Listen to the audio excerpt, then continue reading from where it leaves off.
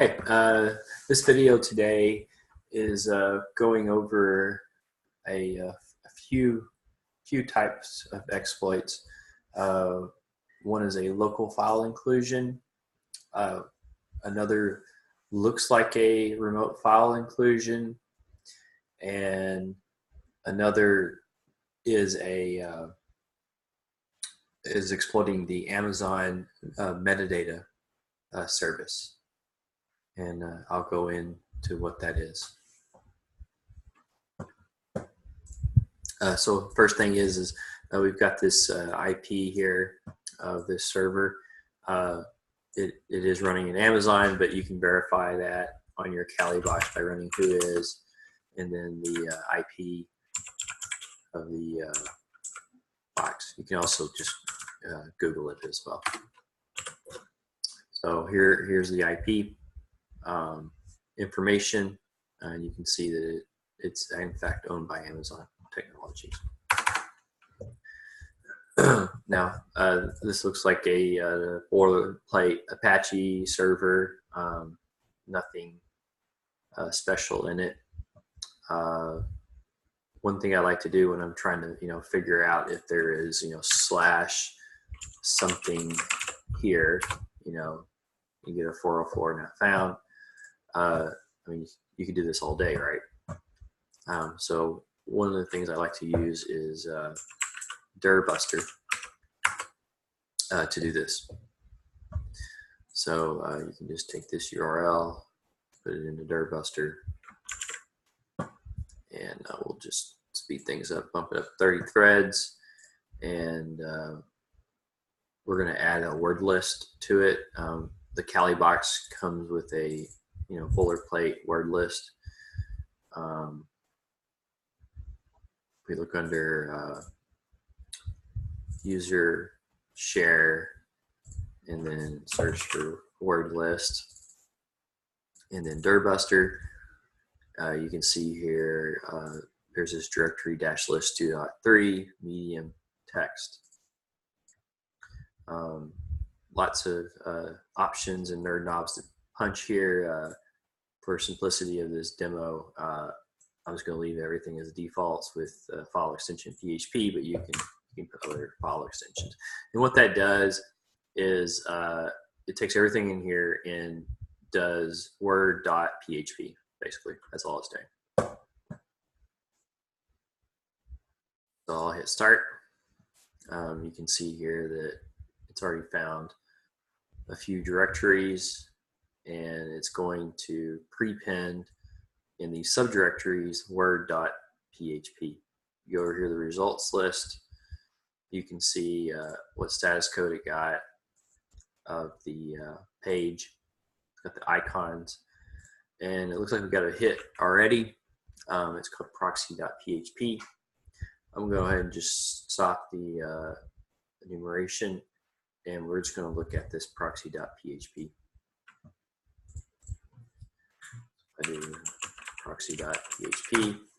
I get a message that says no URL provided. Okay, so it's wanting arguments put into it. So it could be question mark, something. When I found this exploit, I actually stumbled onto it by going back into dirbuster, and I was looking at their URL fuzzing, and here you can see they did question mark URL equals. Well, I went over here and took the URL equals and just put in a website, https www.google.com, and look at that. I can see what looks like the output, but mulched a little bit from google.com via this server. So that looks like the hallmarks of a remote file inclusion. And what I mean by that is I could host a web page that has malicious software, have this server execute it, and then I get reverse shell on this box. I did try this, and it did not seem to work for me.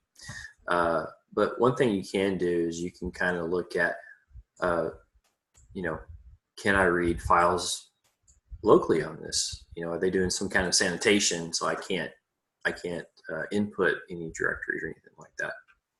So you can do that if you just Google, you know, direct file inclusion on Google. You'll probably find something like this. So PHP :/filter/ convert to base 64-encode. And then you just put in the name of the file. So proxy.php. Okay, looks like it's not working.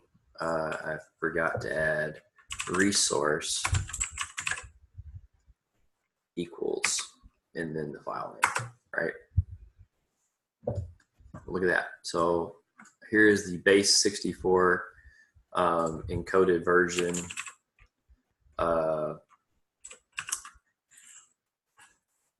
You can take this and you can probably Google how to do this, or you can do this from the command line, right? So if you bring up the command line, bring up a new tab, you can just do like an echo, take that base 64, and then you can do base 64 code. And there you go. There's the code for that PHP script.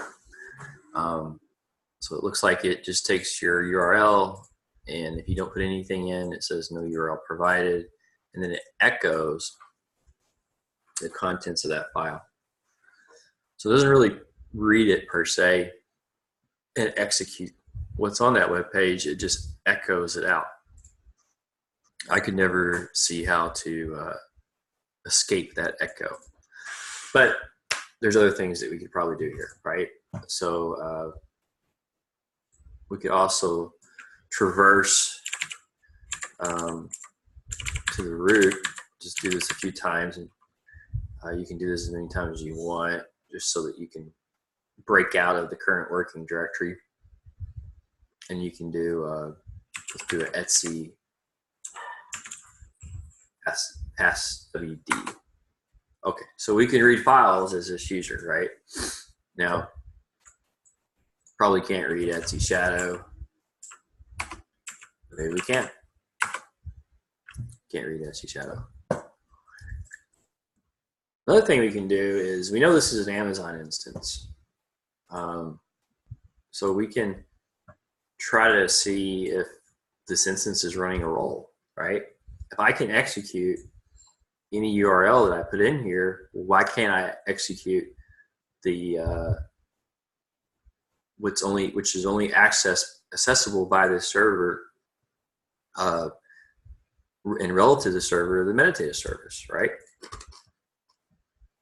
So to do that, if we just bring up the Amazon documentation and talking about roles, lots of instances have it. Sometimes they do, sometimes they don't. And this shows retrieving security credentials from instance metadata service. So it looks like here you hit this on port 80, but it has to be relative to this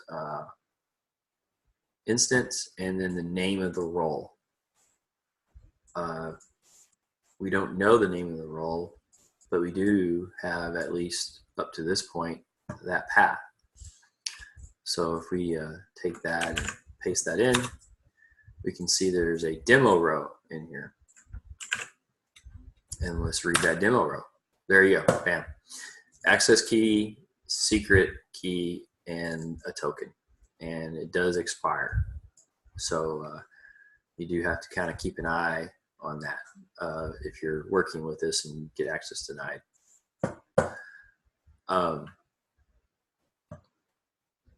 So from there, you can use the Amazon CLI to enumerate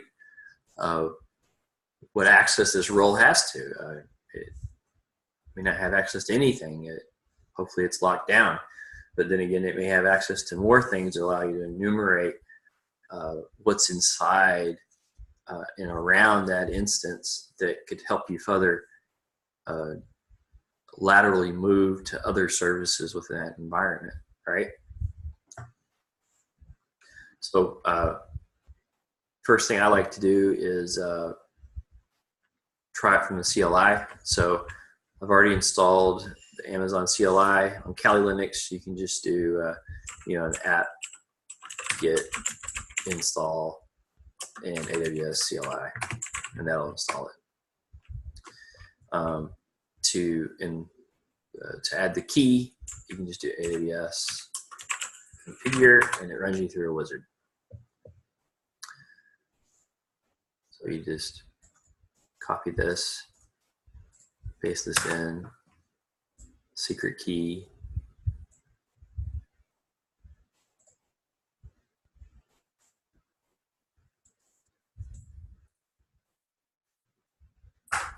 and the region.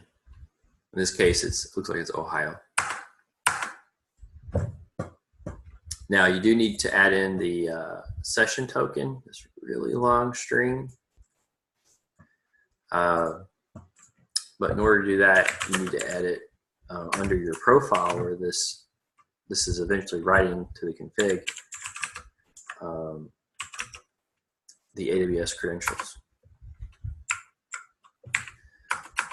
So I'll start a new line here, AWS session token equals, and then we'll just paste in that new session token. And we'll get rid of the old one that's here. Make sure that all this lines up. It looks like it does. Close that out. And let's just try to do an AWS S3 LS. Does access denied. All right. So it doesn't necessarily have access to list S3 buckets, but it may have access to the other things. Now you can sit here and run commands all day until you try to figure out what access it does have to, or you can try to enumerate this account, right? And I found on GitHub this article or repo that will do that just for you. Has instructions on how to install it, and then how to run it. Looks like a very simple script. You can pass in the access key, the secret, session token, and region. I've already cloned this to my machine. I've downloaded it, basically. It's under opt. And enumerate IAM. And there's the script. Now to actually read the commands, the arguments that it needs to, I'm gonna create variables, so it's a little bit easier to run these commands. So I'm gonna do an access key variable. They have dashes and phrases and dash. And then go back over here, grab that, paste that in. I'm gonna do access key or access. Actually, this is access ID, right? There's access ID and access key.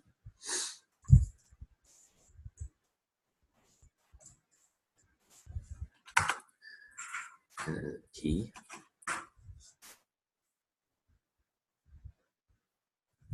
I'm going to put some literals around that. And then this really long token string. We'll just call this token.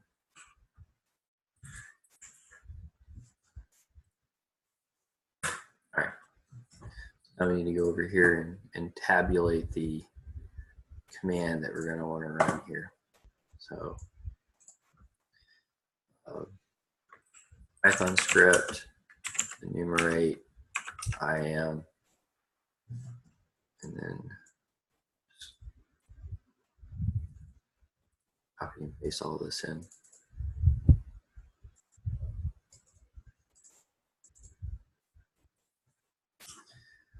And we called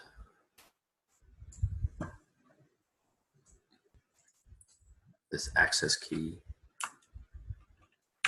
variable, and then -- secret -key,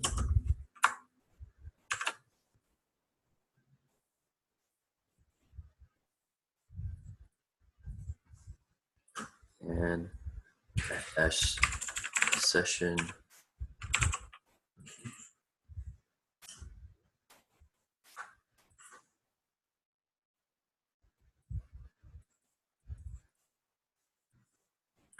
and --region US-east- to Ohio.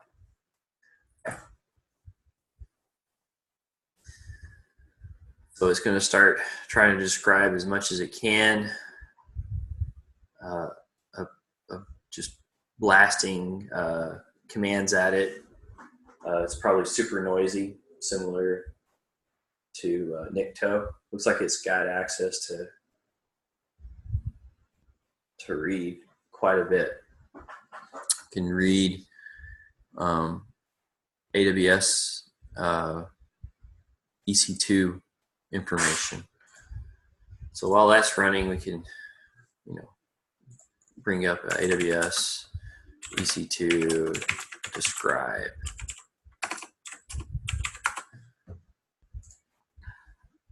So looking at their example here,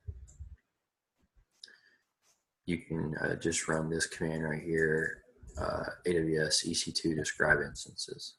So see what's happening. All right, we've got information in here about this instance. It looks like there's just one instance running. Has all kinds of information about it. Internal IP, drives. Here's the role that we've been attacking. All kinds of stuff. It shows the security groups that are assigned to it. Maybe we can see if it has access to read security groups. Hopefully it doesn't. So the name of the server is demo. If there was other instances in here, we could further enumerate that information as well, right? And use that to laterally move. Sometimes,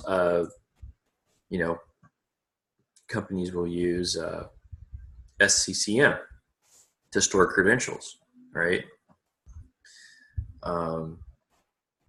Looks like right here that you can enumerate SCCM.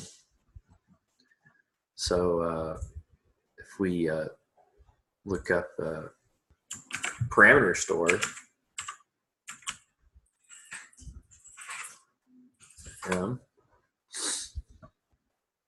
what is SSM parameter store, right?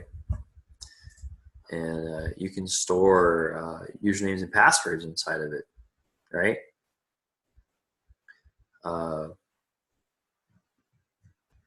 Those kinds of things, right? When the app starts, it needs to have credentials, and you can pull those credentials down, right?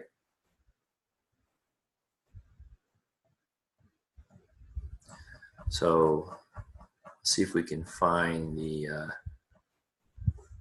parameter store CLI, AWS CLI parameter store. Get parameters. So we can list off all of the parameters that might be in here. So if we do AWS SSM get parameters.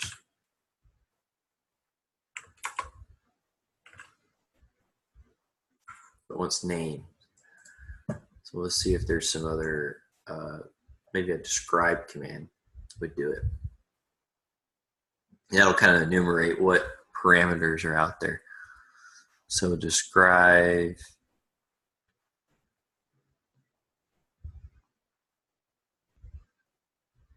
parameters. All right. So instead of a get, we'll do a describe. Oh, look, we've got a service account username here, and it looks like it's stored in a secret string. Well, maybe that service account is used to log on to this, application, web application server run. Well, to get that password, we know the name of the parameter store. So let's go back to that doc and let's see, get parameter. There's a get parameter. And there's a with the decryption. So we can do AWS SSM -- name, that service account we just grabbed, and we'll do a -- with decryption. With decryption. And let's put in the argument.